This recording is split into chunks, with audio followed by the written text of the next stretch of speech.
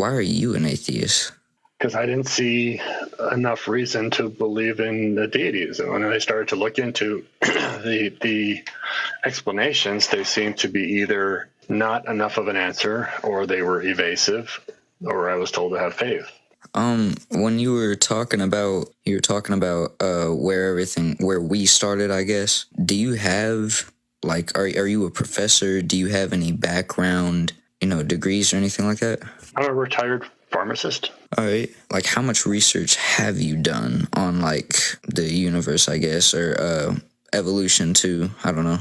I don't do research. I call it, I say I study, which means I learn from others as opposed to doing the original research myself, right? We all learn from other people that have been educated in those fields, and those people do the research. I have a lay interest in science, physics, and biology, and not so much chemistry.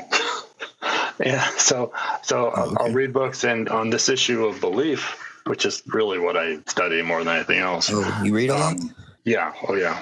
I read quite a bit, and then for something that's that I want to have a valid basis for what I'm saying. Yep.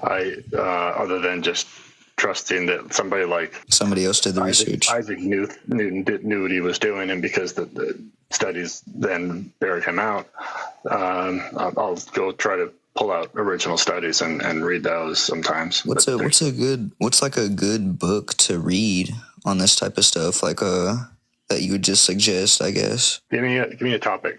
Start of the universe. I don't know. Start of the universe.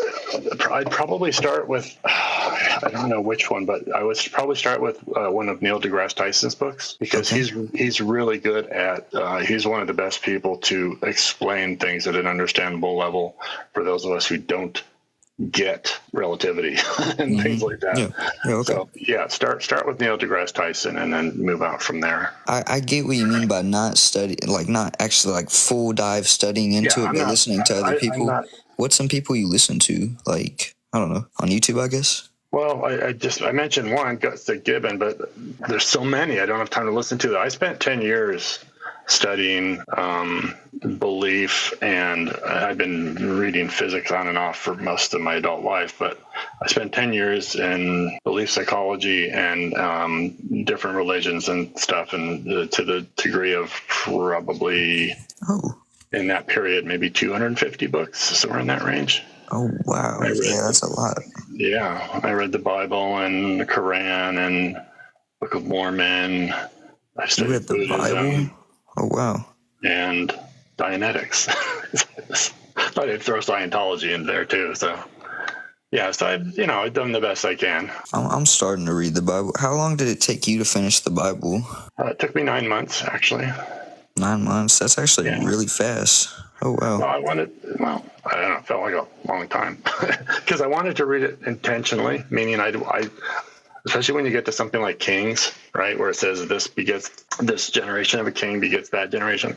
I wanted to read it with full attention. So I would do that. And if I found myself drifting, I would go back and read that section again. So it took me 9 months. I was going to try and see if I could just talk to you about faith a little bit. You seem to have done your research and seem to have made your mind up. I don't think I could do anything to drift you in any way. But yeah, I just wanted to talk and see about what your mind is thinking, what you've researched and read and watched and heard, and your opinion on it, basically. My mind is not, it's always open to new information and be corrected. So if you tell me something that I haven't heard before, I mean, I'm not going to believe it just based on that alone, but I will definitely look into that. And okay. If gravity was just a little bit stronger, that the universe would collapse. You've heard that before? Mm-hmm. The way the universe was made, I think there's a plausible reason for a creator. There's no reason for us to, think that it just spawned out of nowhere. It may not be Christianity. It may be another God, but for me, it's like a plausible reason for a creator of some kind. I don't know. That's just, in my mind, that's what that tells me. So you're right. it is a plausible hypothesis, as is the other probably 10 or so I listed before. So my question to you then, why do you take that plausible hypothesis to the point of saying, yes, I think this one is correct? Clarify me here if I get this wrong. You think that, should we do Christian God or just God here? A God. What I believe in is Jesus Christ. I believe that personally, but I haven't done enough research yet. That's just for me right now. But I believe that even if Jesus Christ did not exist, which I believe he does, that there must be a God, right? Okay, we don't have to go to Jesus because that's New Testament, and we're talking about creation of the universe here, right?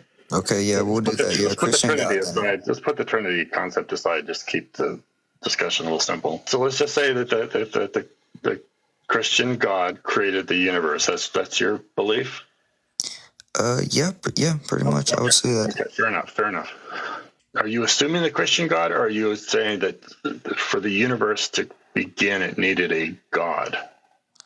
I'm saying for a universe to begin, it must have needed some sort of intelligent life. Okay, fair enough. So it's not the Christian God. That's a later discussion. So it is an intelligent life. So it is a sentient, meaning a thinking, self-aware being. Mm-hmm. Yes. Right? And then it did this thing intentionally. Okay, fair enough. So now I know where your stand is. And like I said, I as far as I can see logically, I don't see any problem with that as a hypothesis. It's on the table. Another hypothesis is that it doesn't have to be sentient. Certainly, if there's going to be intention, there has to be a sentience. Mm-hmm. But we don't know that. Well, we don't know all the way back. We don't know if there was intention. First off, we don't know any of that. Every bit of that is an assumption. It could have been let's go off the assumption that there was intention. Because no. Let's be aware of our assumptions. Because this is a real important thing. You want to be aware of your assumptions, because if you carry too many foundational ideas forward, you could build on essentially a house of cards. So as we go back, you got to look at each of your steps and justify each of your steps. Okay. So we're at the point where you think it's a reasonable idea that a sentient creator created the universe. Yes. And I'm saying it's possible, just as a hypothesis, it's just as feasible to say that it was a non-sentient, that it could have been, and these are like three different versions here, or three. It could have been a sentient creator that did not know about humans or wasn't intending to create humans, that maybe just created the universe as it was, possibly to create life, and it just put forth the laws of physics such that life would eventually come to be. Okay. Right? So it could be that version doesn't know about us, doesn't care about us. So we can go back a step at a time. Okay. Second. We can go back to take away sentience. Could it still happen? Yeah, it could.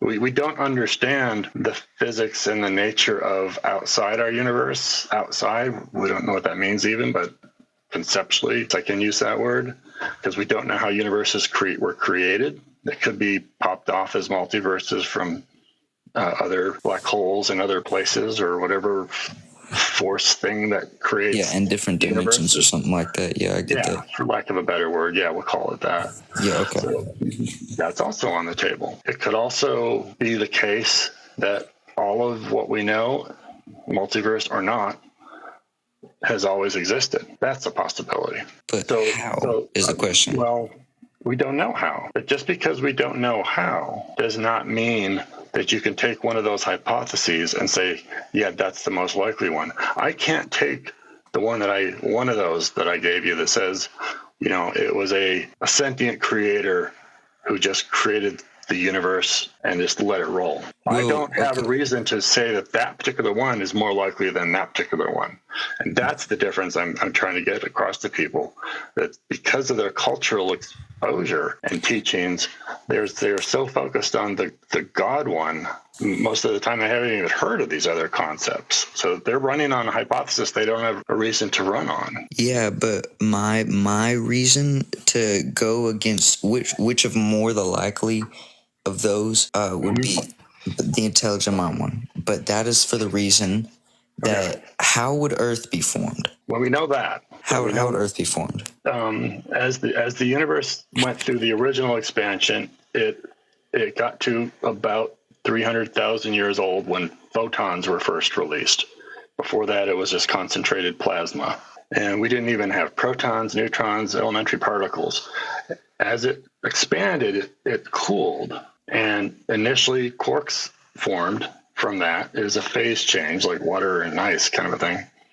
And then after quarks could hold together and become particles, neutrons, protons, electrons. And then when it cools, gets bigger again and cools a little bit more, now protons and electrons can hold together. One proton, one electron, that's a hydrogen atom. Okay. And then a couple of hydrogen atoms flying around, if they hit just right, they become a helium atom. And that's as far as the early universe goes. Maybe to lithium, but tiny, tiny amounts from what they had calculated. Okay. Eventually, enough of those can come together where they start to cluster, and then everything that's got mass has gravity. So the more it clusters, the more it pulls near it. And then you end up with clusters that are big enough to form into suns. So now we've got planetary disks, which is like a bulge at the center, which is going to be the sun. And then mass around it. When the sun gets to be a certain mass, it collapses on itself. The gravity pulls it in enough, pushes the internal hydrogen together enough that it can actually start to fuse atoms together, and that creates energy, and now you've got a shining sun. Okay. Give it a little bit more time, was essentially a large asteroid. It's not a belt, it's more of an asteroid disk, if you will, at that point. Those pieces start to come together, and then you start to get planets. And as those planets come together, they kind of suck up the asteroids that are in the same orbit, because the closest ones come together and the other ones kind of form the next planet over, kind of a thing. So that's how Earth starts. Okay, I get it. I know everything from there. But my question, where did gravity come from? Gravity it's a good question. It's and it's still something we don't fully understand. The best question to ask is similar to that, is where did the original laws of physics come from, which includes the strength of gravity, right? Mm-hmm. We don't know. So that's your strongest argument right there. It's not a strong enough argument to go to a God. There is something called the anthropomorphic principle, which is true by definition. I mean, in the sense that we are here, so we can only be, well, we don't know what we can only be, but we have to be in a universe that we can exist in, that we won't fly apart, right? And those types of things, like you had alluded to what you mentioned at the beginning. Yes. So we have to exist in a universe that can support us. So for that reason alone, we know that this set of rules is one set that works for us. We don't know if this is the only set that can exist. It's possible that this is the only set that can exist. We don't know if there are other types of life that can come together in a universe with other rules. Yeah. Okay. We don't know. So can we take a step back? If you were to defend this in some way, or just explain, I'm going off my reason to believe that there is an intelligent life that created the universe. How would you defend the argument that the universe was just created out of nothing? And like you said, you had those other points that it could have just been, but that's not. To me, it's not very logical. Something can't just be. It's not intuitive. Yes, that's correct. Yeah. And again, I'm not saying that it can't happen, but on your particular one, you don't have a reason to go there other than it makes sense to go from A to B to C in the story that you're putting together. We don't know that something can't come from nothing. We don't know that if that's true or not. It certainly is unintuitive. You got to be careful about applying what we know within our universe, which appears to be cause and effect and determinism and things like that. It's logically incorrect to take those concepts and attach them to the before the universe to create the universe. So we don't know if there was a cause, even. I see it as analogous, to make an example of someone who believes in a flat Earth. You go outside, the horizon looks flat. And that's because you live in that scale, typically, before airplanes and whatnot. It makes sense intuitively, and we evolved in this what they call middle ground between atomic scales and galactic and spatial scales. We evolved in this middle ground that we can see. Our brains evolved in that. We may not be capable of comprehending things like quantum physics and whatever else there might have been before. We're trying as hard as we can. It's not that there's anything wrong with your intuition. It's that there's something wrong with the justification. You're giving more credit than you're justified in giving to jumping to a sentient creator God. Yeah, I mean, it's just really everything I'm saying. Yeah, exactly what you're saying is based just off experience. Just because this happened, I assume this. I've never seen something come out of nothing. It's been said, energy cannot be created or destroyed. Well, so we have seen something from nothing, actually. What was that? And that is Hawking radiation and virtual particles. And that's been shown to be something now. So when you get into the quantum world, it gets weirder. And I don't know enough to explain this very well, but I can explain Hawking radiation. Do you know what virtual particles are? No, sir. Okay. A virtual particle is basically, you start from just, what we used to call nothing, what you and I used to call nothing, and what I was taught conceptually is, we weren't taught. It was just a word. We thought nothing means nothing. Yep. And we thought that the empty space is nothing. Turns out there's more than that. There's some sort of potential field, which is like the quantum field. I think it's called the Higgs field now. Without going against that creation of, you can't create and destroy, you can create a particle, and an antiparticle can come into existence spontaneously and then come back together and destroy each other. So you start with zero, temporarily create something, and then they come back together and destroy each other. So you end with zero. So in that sense, it doesn't ruin the law of thermodynamics. Where they've determined this to be true is Stephen Hawking 40 years ago, and Penrose, I think it was, but it's given Hawking's name, so Hawking radiation they call it, is at the limit of a black hole. There's an escape horizon where once light goes past this horizon, even light can't get out. They've seen radiation at the edges of black holes, where essentially virtual particles are created, but they're right at the event horizon. It's called. This one, instead of like just doing this and destroying each other, this one goes into the hole, and this one comes out. And they saw this radiation initially, and they couldn't figure out where the hell it was coming from. And that's what it has turned out to be after 40 years of experimentation. So in that sense, we have seen something from nothing, at least the way we used to define nothing.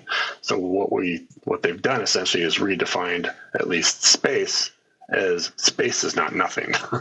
It is a field of potential. I'm sorry, it's a weird concept, and that's as close as I can get, because that's that's fine. That was a great explanation. Yeah, as much as I can understand it.